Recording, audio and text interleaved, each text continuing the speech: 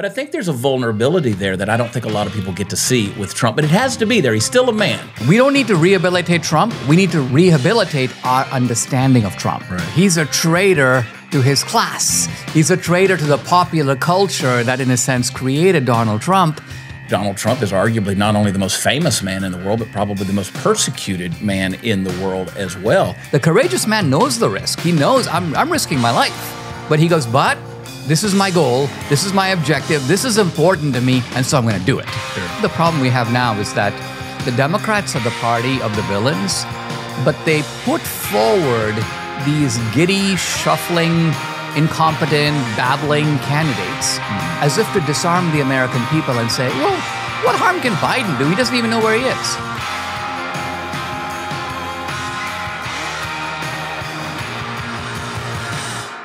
It is another episode, another day. It is a beautiful day, and I hope you are enjoying the last vestiges of freedom and liberty that you can enjoy in this country before the attempt against it in the name of tyranny comes flowing from the progressive left. Oh, God forbid that ever happens. Let me tell you something. I want you to go where podcasts are offered and leave a 5-star rating and a review, a good one. We deserve a good one. Keep on doing it, folks. Do it as many times as they'll let you do it, and tell your friends and family about this show. They're trying to kill the man. They're trying to kill the man. Donald Trump has faced multiple assassination attempts, a lot of hate, a lot of vitriol, a lot of rhetoric that's out there. That the stuff that you're being accused of, you're the one who's the dangerous. I mean, you remember back when everybody was up in arms saying Donald Trump was basically inciting violence against the media and journalists and reporters when they put a meme out of him outside of a WWE ring, and he was fighting a wrestler, but the wrestler had the CNN head superimposed over the wrestler's body, and they said, oh, these are threats of violence. I mean, the threats of violence have consistently come from the progressive left. They've come from the media. They've come from politicians. We've talked about how there should be protest, and protests aren't supposed to be peaceful. Chris Cuomo has said that. Various people have called for the shutting down of these so-called existential threats against democracy. Kamala Harris, the presidential nominee for the Democratic Party, who's yet to receive a single vote, our sitting vice president, she has said these types of things. Donald Trump has been likened to a new Hitler. I'm at a point now where I'm thinking, can anybody open their eyes, come back to any logical sense of just peacefully looking at a situation critically and saying, we may disagree on some things, but this type of vocabulary and rhetoric and conversation, these things can't be said. This is not the way it should be in the United States of America. So it's almost to a point where we could take the United off the front and just say, these are the states of America. And America, the state we're in, is not good. I don't know that we can ever come back together. I don't know if people will ever understand the purpose and why Donald Trump has become important to half of America. I want to get to that today. We're going to have my friend and very special guest, Dinesh D'Souza. He is the author and filmmaker of the new movie and book that's coming out called Vindicating Trump. You can find out more about it at vindicatingtrump.com. He's going to be with us momentarily. And I want to talk to him a little bit about what I'm saying to you, and that is, how do we open people's eyes? How do we change minds? How do we get people to go, maybe I've been wrong about this entire thing? You would think that these acts of violence and threats of violence and this type of violent rhetoric would tend to say, maybe we've gone a little too far in regards to this. And I know there's going to be people on the left that are going to point to January 6th and various protests and upheavals. Yeah, I've got it. Well, that's another episode, another conversation for another time, because, again, they don't compare. It's nonsensical. No bullets were flying, unless you would talk about the Capitol Police towards Ashley Babbitt, who was a Trump supporter who climbed through a window in the Capitol on January 6th. Other than that, there were no bullets that were flying like they have been at a Trump rally or even on a West Palm Beach golf course. Folks, we're entering into a stage of some dangerous domestic terrorism, and the potential for it is not only deadly, it's great. You got to have some pretty brass cojones to go to a Trump rally at this point in time. I mean, people are dying at these things. People have been shot at these things. So Hey guys, I'm always wheeling and dealing for you. Just got off the phone with my buddy Trey over at United Patriot Coin. I got a special offer. Got a special offer just for you. Buy 4 ounces of silver, get your 5th ounce for free. Now, with the economy on the brink and a volatile election season ahead, the price of silver is predicted to soar to levels not seen in over a decade. So it could be the perfect time for you to start or add to your silver stack. I want you to do it. According to a recent report by the Silver Institute, global demand for silver is projected to hit 1.2 billion ounces by the end of the year, making it the second highest level on record. So when the demand rises, the prices tend to go right along with it. So I want you to act now, take advantage of this potential price surge. You don't want to miss out on this one, folks. Build your silver holdings before the price jump and ride the wave as the market goes up. Take advantage of this limited time offer for a free ounce of silver when you buy a 4 silver round.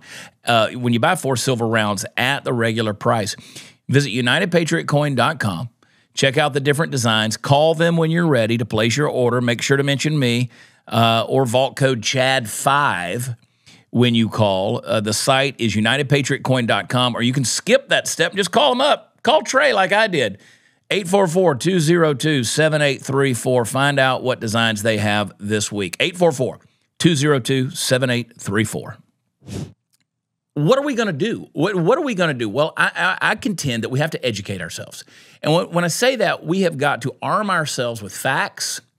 That means we've got to get our mind back in gear. We need to memorize some quotes. We need to memorize who said them. We need to memorize some dates, some actual things that were around. I mean, for instance, the fact that in the debate recently between Kamala Harris and Donald Trump, she brought up numerous lies that have been debunked thousands of times. For instance, the very fine people on both sides of the issue that was stated about Charlottesville.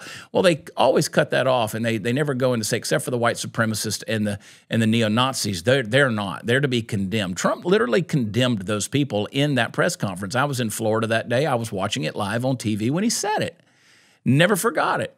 But they pull that out of context, or the bloodbath statement in terms of the economy. They turn that immediately to say that he is threatening violence. This is nonsense, folks. At some point in time, we have got to call these people out using the facts, using real rhetoric, stuff that they can go out and verify. Pushing memes and fake news, that's not going to work. We got to make sure that we are verifying the stories that we're pushing before we push them out there.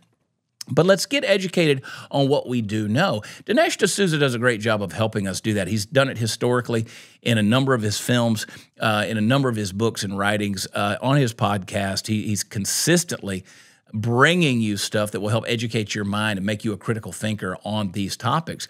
Vindicating Trump is going to be no different than that. So I'm honored to have the opportunity to sit down with my friend Dinesh here momentarily.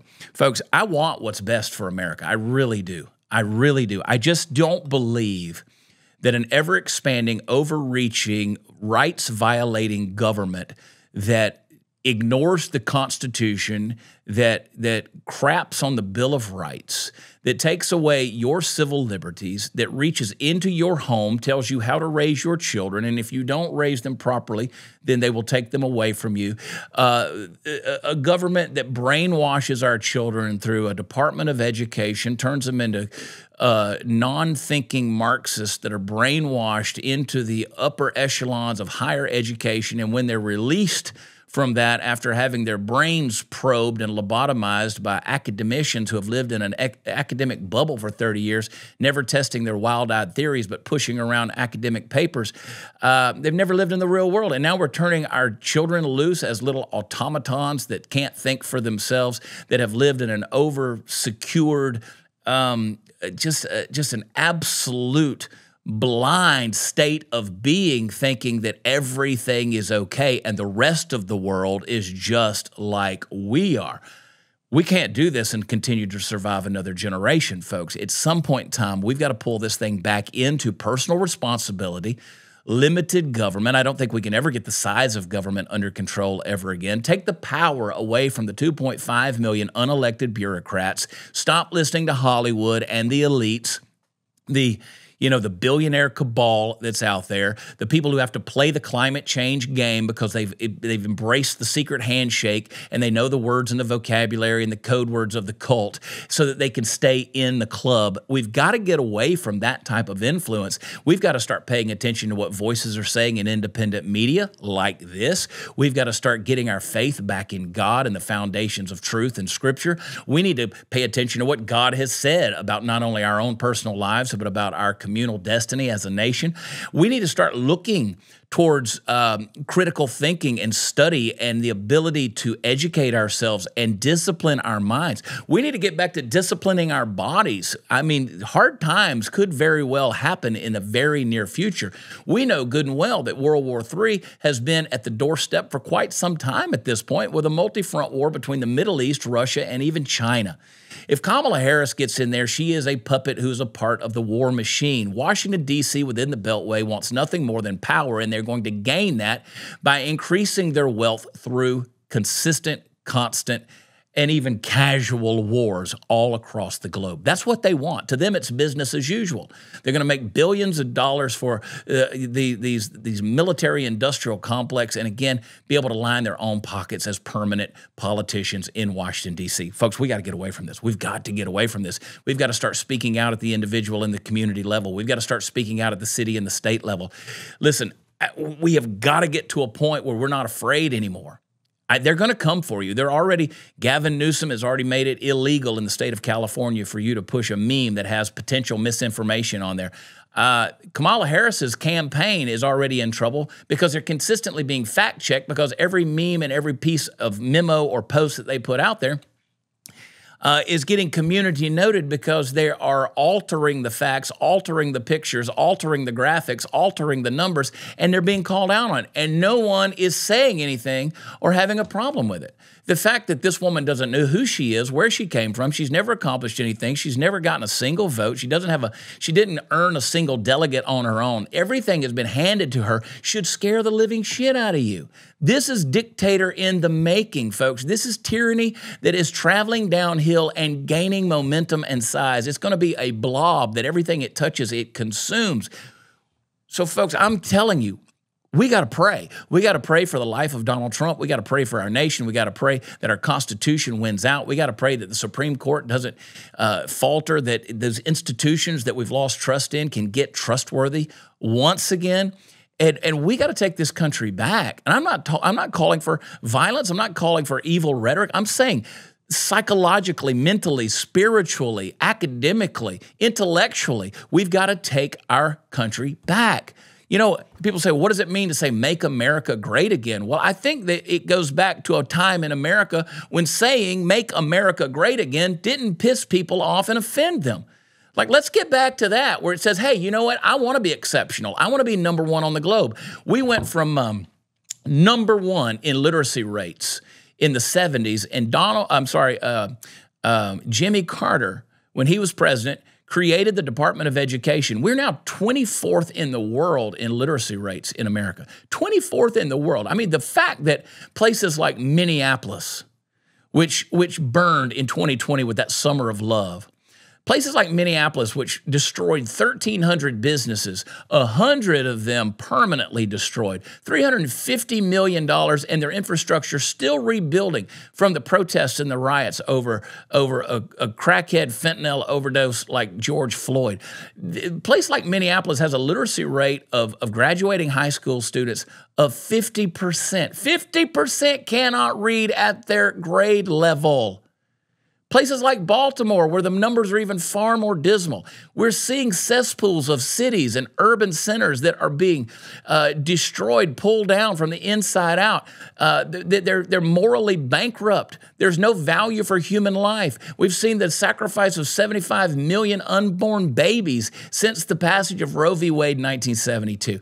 Listen, the evil, the lies, and when I bring up lies, let me just tell you, we live in a day and age where they will lie to you, look you straight in the face, eyeball to eyeball, and with impunity tell you an untruth. They will lie to you. And that's what's happening. We've got to get back to truth. We got to get back to critical thinking, exercise our bodies, our brains, our minds, get back to making the right choices, embrace the foundational principles that have made this country great, and let's push for that American exceptionalism once again, or else we're in trouble. The fact that Vladimir Putin can sit down with Tucker Carlson and for an hour rattle off 400 years of Russian history, do you honestly think any of our candidates right now in America could do that? No, because they don't know their history. If you don't know where you came from, you can't determine where you're going because we don't know who we are. And that is the identity crisis we're faced with right now in this country. So I want you to educate yourself. I'm going to help you do that today. Part of it is I'm going to arm you with arguments and give you a resource with my friend Dinesh D'Souza, his new movie, Vindicating Trump. His subsequent book that comes out a few days after that, it's going to be September 27th.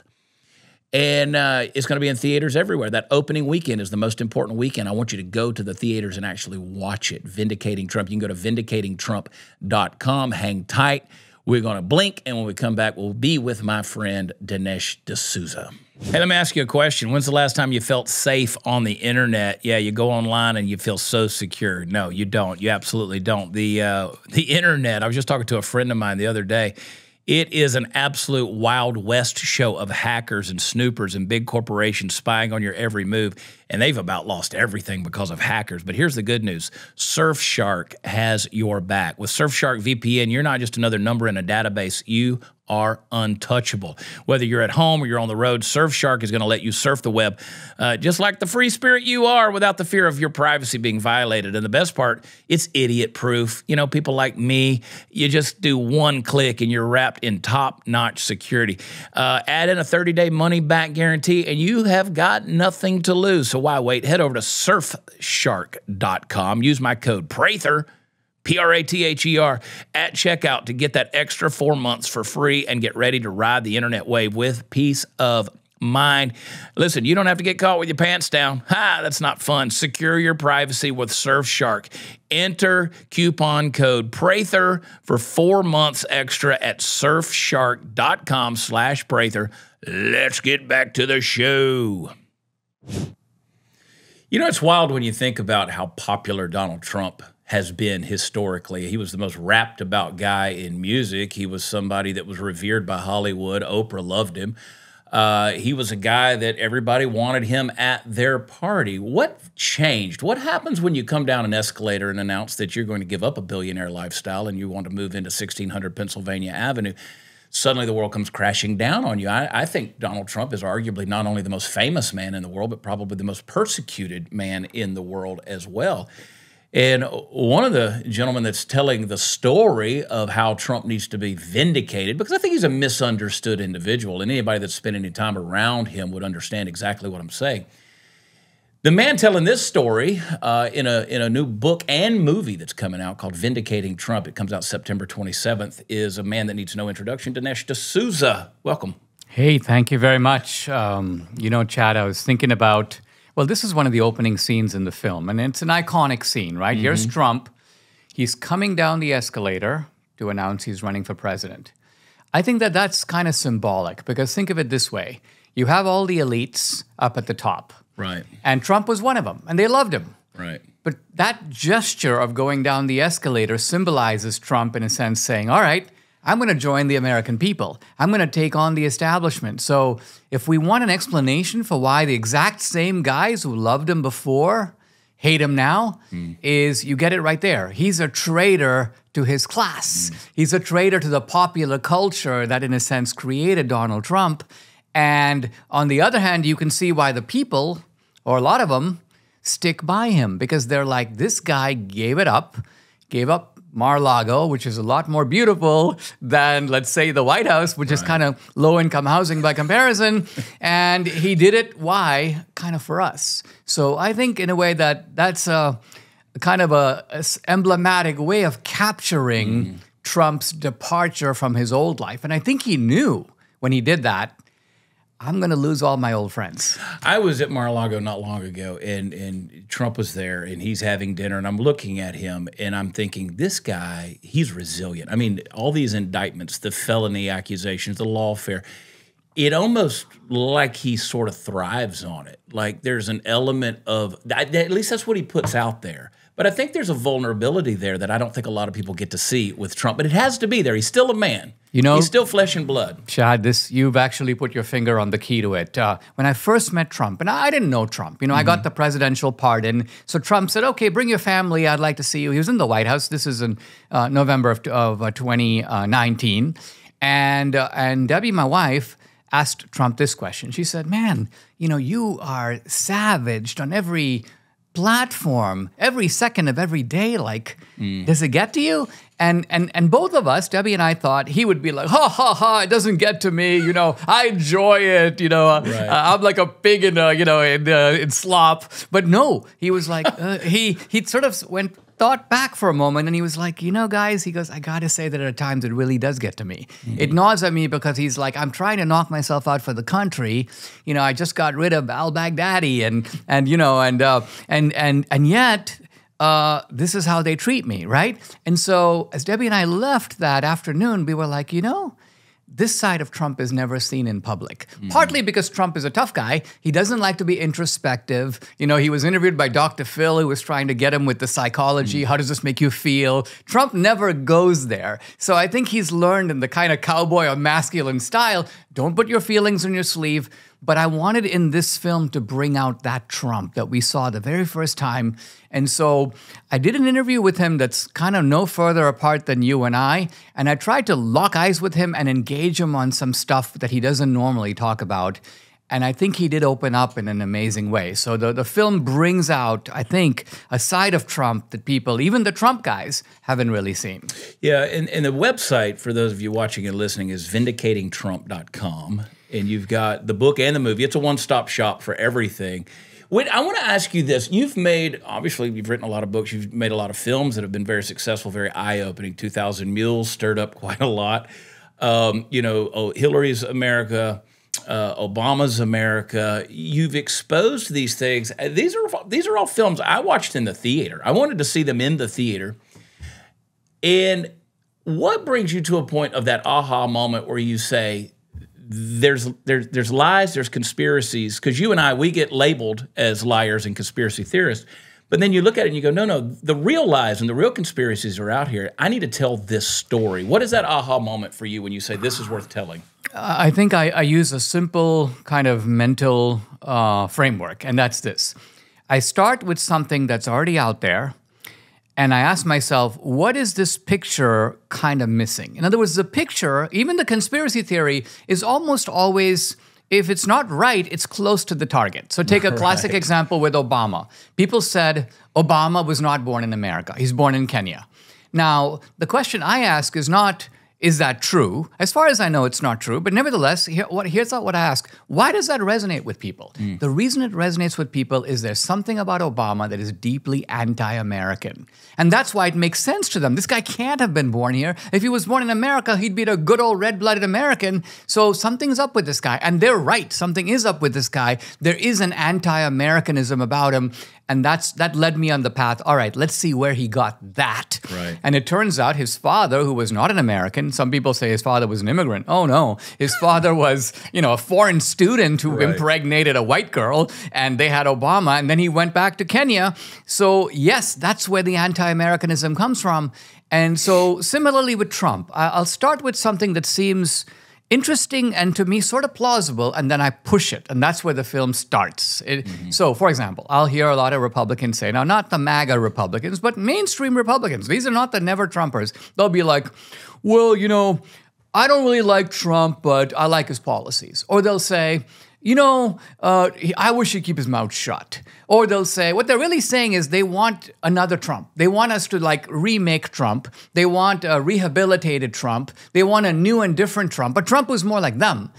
You guys know that I love Patriot Mobile. They are good friends and great patriots. And they realize that Americans are tired. They're tired and frustrated by the stalling economy, the inflation, the endless wars, the relentless assault on our values. And thankfully, folks over at Patriot Mobile, they got your back. You know, they still believe in America. They believe in our Constitution, and I'm so proud over the years to have partnered with them and continue to do it because Patriot Mobile, they're on the front lines, man. They're putting their money where their mouth is, and they're fighting for the First and Second Amendments, the sanctity of life, our military and first responder heroes.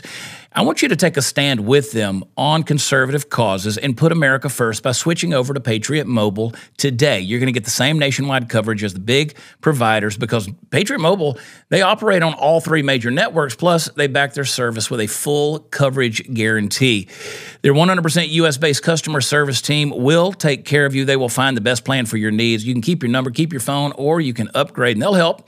Go to patriotmobile.com/Chad or call them 972-PATRIOT. You do it right now, you get a free month when you use the offer code CHAD. You know I spell it Chad. Use that offer code and don't get fooled by the other providers pretending to share your values or have the same coverage. They don't, and they can't. So join me. Switch to America's only Christian conservative mobile provider. That's Patriot Mobile.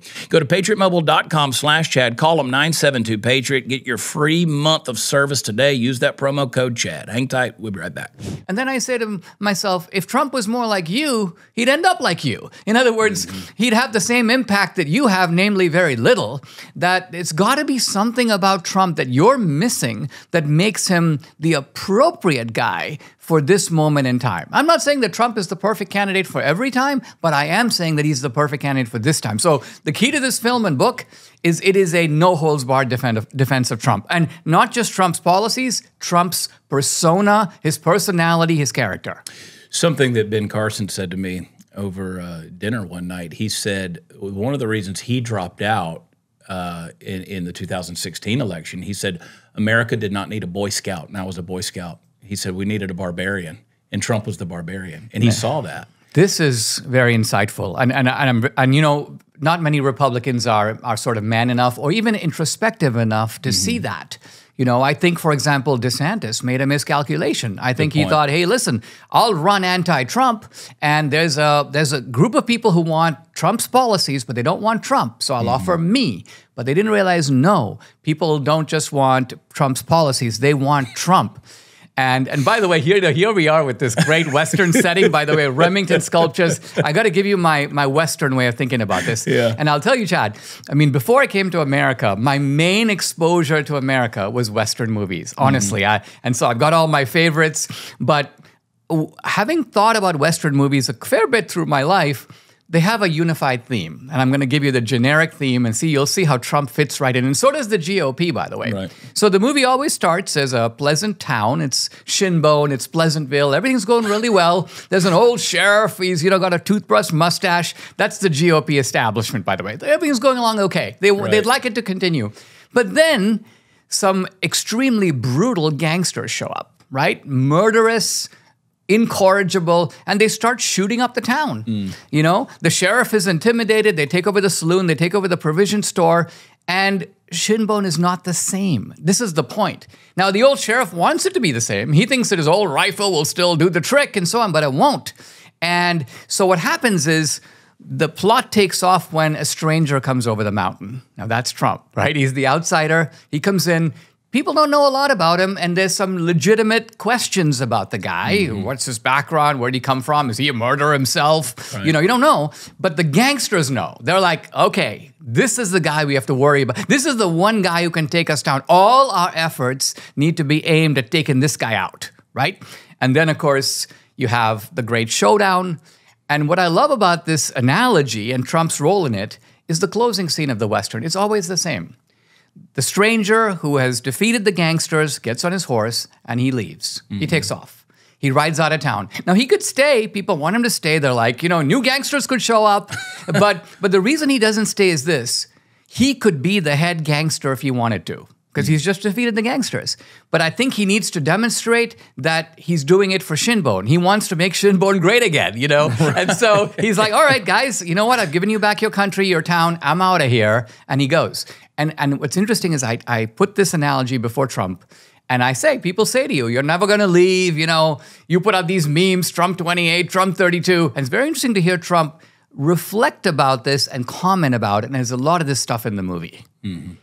Yeah, I want to, I'll be honest with you. I would have never ridden into Shinbone had I been Donald Trump. Like, for me, if I'm worth multi-billions of dollars, Especially like right now when they started with the lawfare stuff and the accusations and the indictments.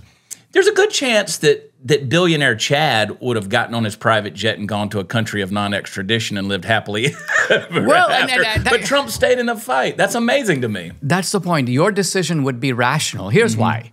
You're facing a shotgun of 91 criminal indictments. What is the probability you will beat all of them? Right. Really low. I mean, everyone would have to say they're going to get you one way or the other. And so you're not just talking about losing your fortune. You know, they're trying to take away Mar-a-Lago. New York tried to take away his properties. They're trying to lock you up for the rest of your life. And you have, 10, 15 years to live, perhaps? So it doesn't make sense. And so that's why I think you have this peculiar phenomenon of Trump that makes him truly unique. I mean, think of it. Any other Republican facing 5 indictments. Don't you agree that they would have fled the race? They would be gone politically. Their own side would have buried them. Trump, however, has, and I think this is his great political virtue, and this is the virtue most needed today, just the virtue of bravery. I mean, the virtue of courage. Aristotle puts it at the top of his list of virtues. Why? Because he says not only is it the greatest virtue, it is the strength you need to do all the other virtues. Because the other virtues will also come under challenge. If you don't have courage, you're going to run away from even those. I love the title Vindicating Trump because here's a guy who I think is very misunderstood. You know, again, the elites loved him. Hollywood loved him. He was. Everybody wanted to be at a party with Trump. Trump major brand. He was a brand unto himself that everybody wanted a piece of. I was watching the debate with Kamala Harris. I was on an airplane, and I'm watching ABC run interference for Kamala. I'm watching them fact-check Trump. They never at any time did that with her. She's still repeating the same old tropes that have been thousands of times exponentially debunked. The January 6th stuff, the Charlottesville fine people, all of these lies that she's putting out there, they never stop to do that. Somebody's got to vindicate Trump. At some point in time, somebody has to speak up because if Trump says it, it's automatically debunked. Yes. The fact that you're using that voice, I think, is fascinating to bring those facts out because a lot of eyes need to be opened. And that includes people on the right. I agree with this. A couple of thoughts about it. One is Trump he's the most intensely loved and hated guy, not only in my lifetime, but possibly since Lincoln. And if you go back to Lincoln, the controversy with Lincoln was not over Lincoln. It was over the issue, right? It was over slavery, the extension of slavery, all of that. With Trump, it's over the man. It's over Trump. And so this is the Trump enigma. Like, how does the same guy produce these radically opposite reactions? These group of people here would take a bullet for him. These group of people here cheer when someone tries to put a bullet in him. Right. So how do you explain that? It's like if you and I, Chad, we see an automobile accident, we would be expected to give roughly compatible accounts of it. We might differ in some details. It's your perspective, it's mine. But if we say opposite things and come to completely different, this guy's to blame, no, that guy's to blame, this guy came from this direction, no, he came from, it would make no sense. So, but that's the case with Trump. And that's why I think Trump needs some explaining even to his own side. Because in a way, I think, just as with my analogy with the Western, the gangsters kind of get Trump better than the town. The town is like, well, yeah, he seems to be against the gangsters, but is he really for us? They don't know. In fact, that's the importance of the closing scene. Right. It's only when he leaves that they're like, yeah, he was always on our side. So it's almost as if Republicans, moderates, people on the fence need to understand better. Put it this way, we don't need to rehabilitate Trump. We need to rehabilitate our understanding of Trump. Right. And that's what this movie tries to do. I was listening to the story, which if Trump were to tell this story, everybody would debunk it. But, you know, one of the people who were in the room when he's meeting with the head of Taliban, he says, listen, if one American soldier dies in Afghanistan, I'm going to kill you. And he says, the translator didn't want to translate that. And he pulls out a picture of the man's house and says, and leaves the room. That is what we need in a president. Without a doubt. Can you imagine Kamala Harris in that scenario? No, not at all. Or Biden, or not really any Democrat. They wouldn't even want to do that. And it's not only because of caution. I mean, it's a bigger problem. I think that the problem we have now is that the Democrats are the party of the villains, but they put forward these giddy, shuffling, incompetent, babbling candidates as if to disarm the American people and say, well, What harm can Biden do? He doesn't even know where he is, you know? And Kamala, she's just so giddy or idiotic laugh. She's harmless, you know? So the point is that, yeah, maybe Biden's harmless. Maybe Kamala by themselves are harmless. I mean, I remember that scene where Chuck Schumer was holding a press conference. And if you remember, Kamala was in the background and Chuck Schumer just leans over to her like, shush. And she rolls her eyes like, teacher speaking, you know? Right. So you can see it's not that Kamala is strong, not at all. But the Democratic regime, which controls our institutions, which has the media at its beck and call, which has the intelligence agencies running interference, this is a very dangerous regime. Right. This is the threat of tyranny. And they keep saying it's coming from Trump. But what did Trump do that was tyrannical? I mean, Trump's been in office, so it's not easy for me in some ways. If anyone thinks for a minute, it's one thing to say, oh, he's Hitler circa 1933. Well, Hitler, when he came in, right away got the Enabling Act through, a regime of repression. Hitler didn't have one term where he was a really nice guy, and then the second time around, he really became Hitler. No, you know. With a four-year with a four-year gap in between, exactly. He's like, no more Mr. Nice Guy. You know, no, it wasn't like that at all. And the same with Trump. His record speaks for the kind of way that he would govern. Can you imagine what Trump could have done in the first term, though? I mean, you take COVID out of the equation, which was a nightmare for everybody because no one really knew what we were up against or what to handle. I mean, we expected, once we saw the videos coming out of China, we thought we would be burning bodies in the street. So none of us really knew what we were up against. Trump certainly didn't. But had he not had so much opposition, the things he did accomplish in that first term, imagine if he could have had some support. I think if he gets this election, which is hard. I mean, I have to say that through gritted teeth because I don't even know if we trust this institution anymore in this country. You've shown that in 2,000 Mules. If he gets in, I mean, do you think he gets a little more support this go around from at least the Republican establishment, or is he still going to be hung out to dry? No, I think the Republican establishment is coming around.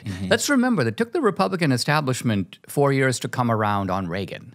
We forget this, but I remember. I mean, when Ford got the nomination in '76, I mean, Reagan tried. He came close, but the Republican establishment was like, "No, this guy's a wild man. He's a cowboy. We can't go with him."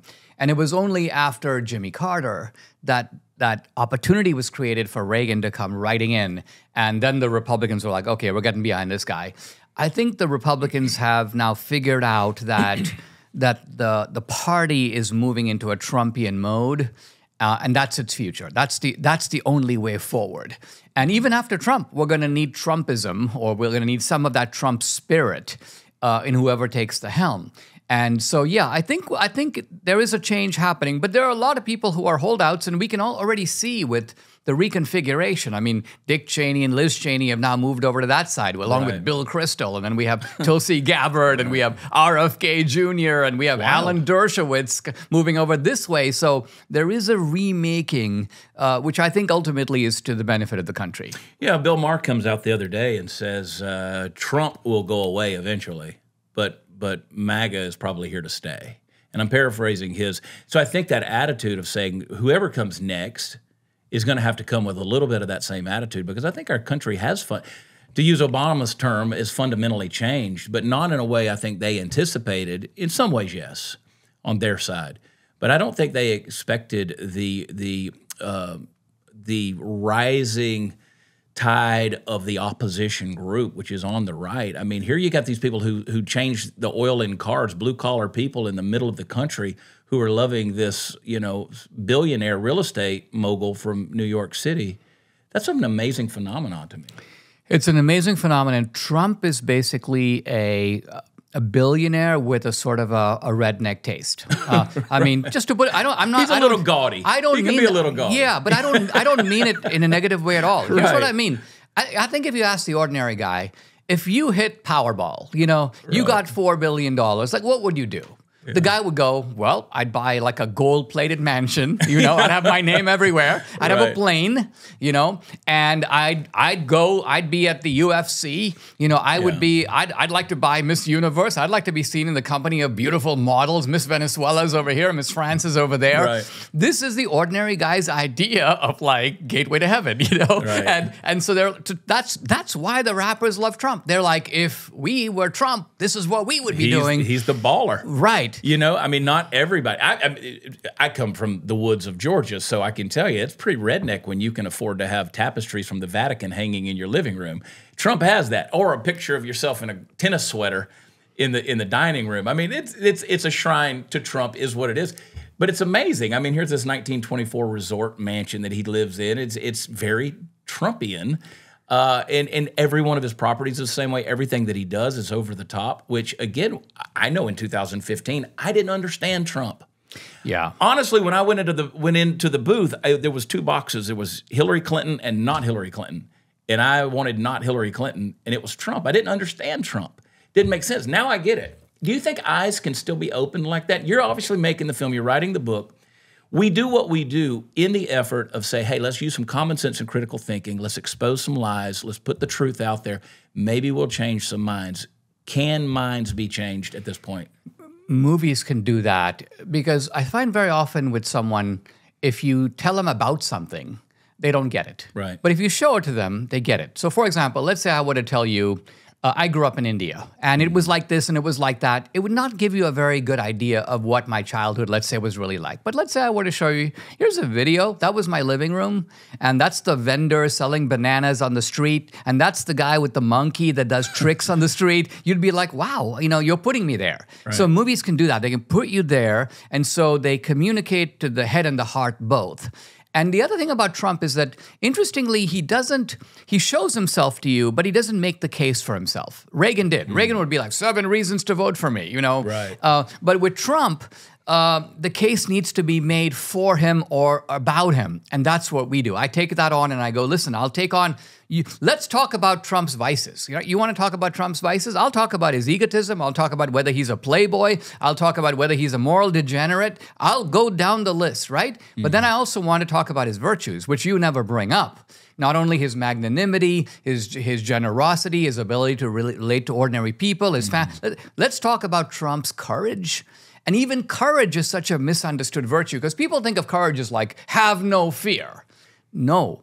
Aristotle says that's not what courage is, because who's the guy who has no fear? The foolish, reckless man, right? The guy who goes, there's a precipice, I'm going to run and jump off. I have no fear. Right. Aristotle goes, is that courage? No, it's not.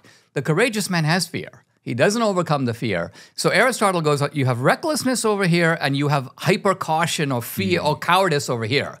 Courage is in the middle. The courageous man knows the risk. He knows I'm risking my life. But he goes, but this is my goal. This is my objective. This is important to me, and so I'm going to do it. Sure. So that's Trump. The movie is Vindicating Trump. You got the book coming out as well. I was watching Indian television the other day. I don't know why. I was looking, actually, I was looking for things from Indian news sources about Kamala Harris. Now, what I found was the village where her mother is from has 350 families that are praying to a Hindu god, which pick one, that for Kamala's, for her to win. They have basically murals painted of her on the wall, and I'm watching this, and then I see her give a speech in Detroit or Atlanta, and suddenly she becomes something wholly other than a person who was raised by an Indian mother whose Jamaican father left when she was 5 years old. How do you explain the chameleon, which is Kamala Harris? I just want to get your take on that. Is that the pandering of it is amazing to me, and you can't call it out. I'm living with cancel culture right now for calling it out because how dare I, white guy in a cowboy hat say anything about it? Kamala Harris is a very chameleonic character. A few years ago, I'm not sure if you know this, but she was asked about the fact, have you ever had marijuana? Have you ever inhaled? And Kamala goes, oh, man, we are from Jamaica, man. Of course I've inhaled.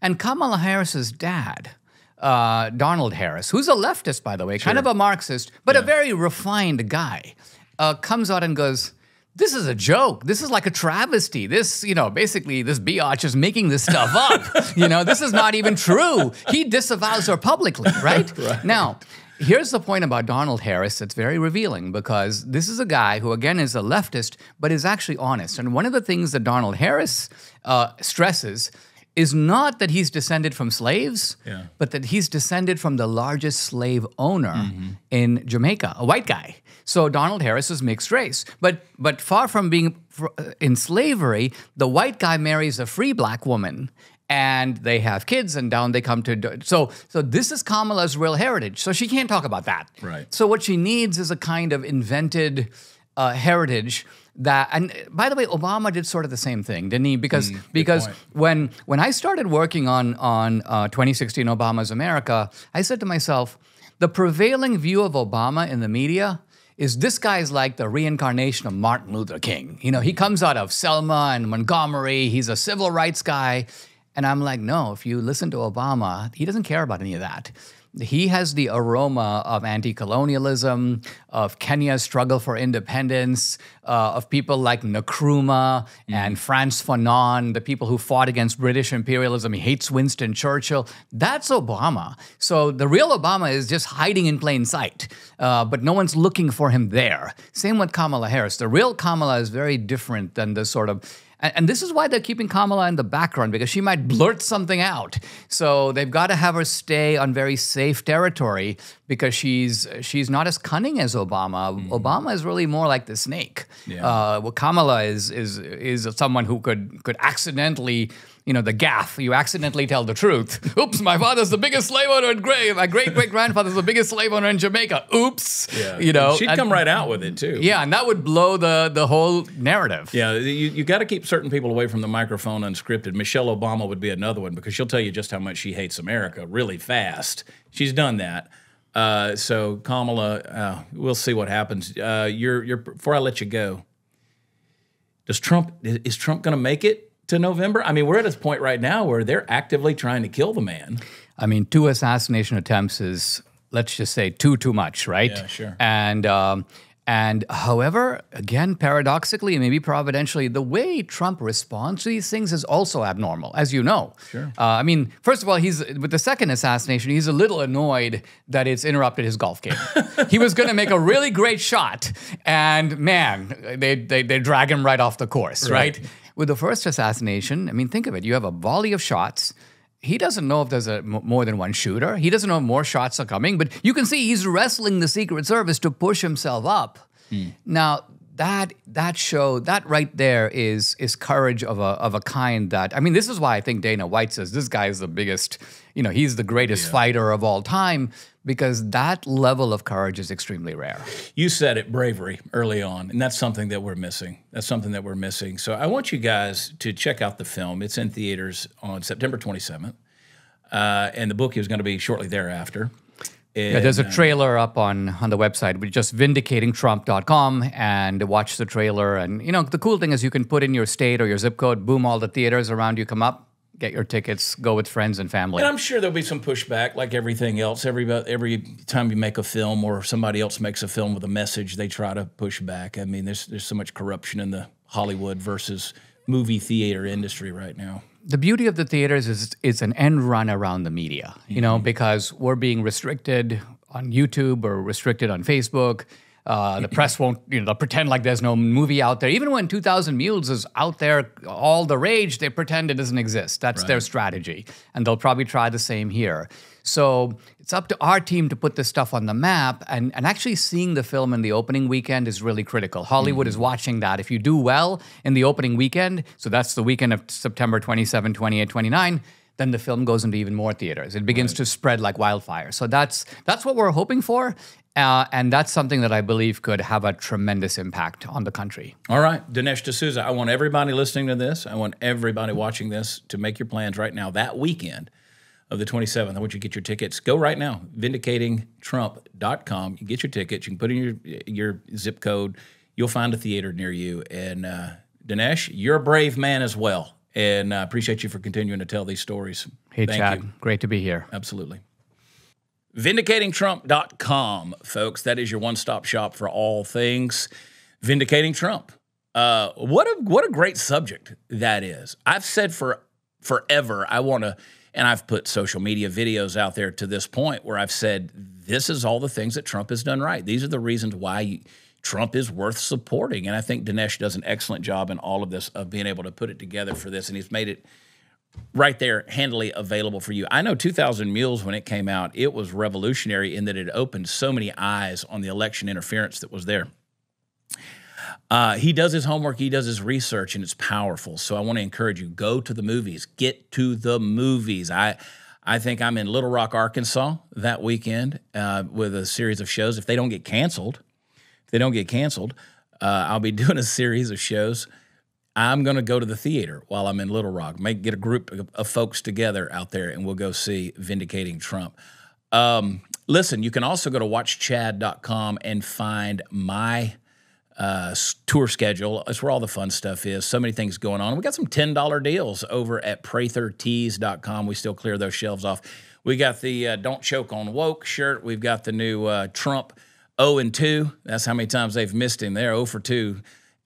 We got that T-shirt. We've got some really cool stuff that's over there. You want to check it out. No Time for Jackasses. And, my facts trump your feelings. There's some cool T-shirts. Go check it out, prathertees.com. And don't forget, support our sponsors and make sure you take care of them because they make this show possible. In the meantime, I love you guys. God bless you. I appreciate you more than you'll ever know. 5-star rating and a review is what we need. It's what we want. It's what we deserve. And we will talk to you next time. All right? Be careful out there. Bye.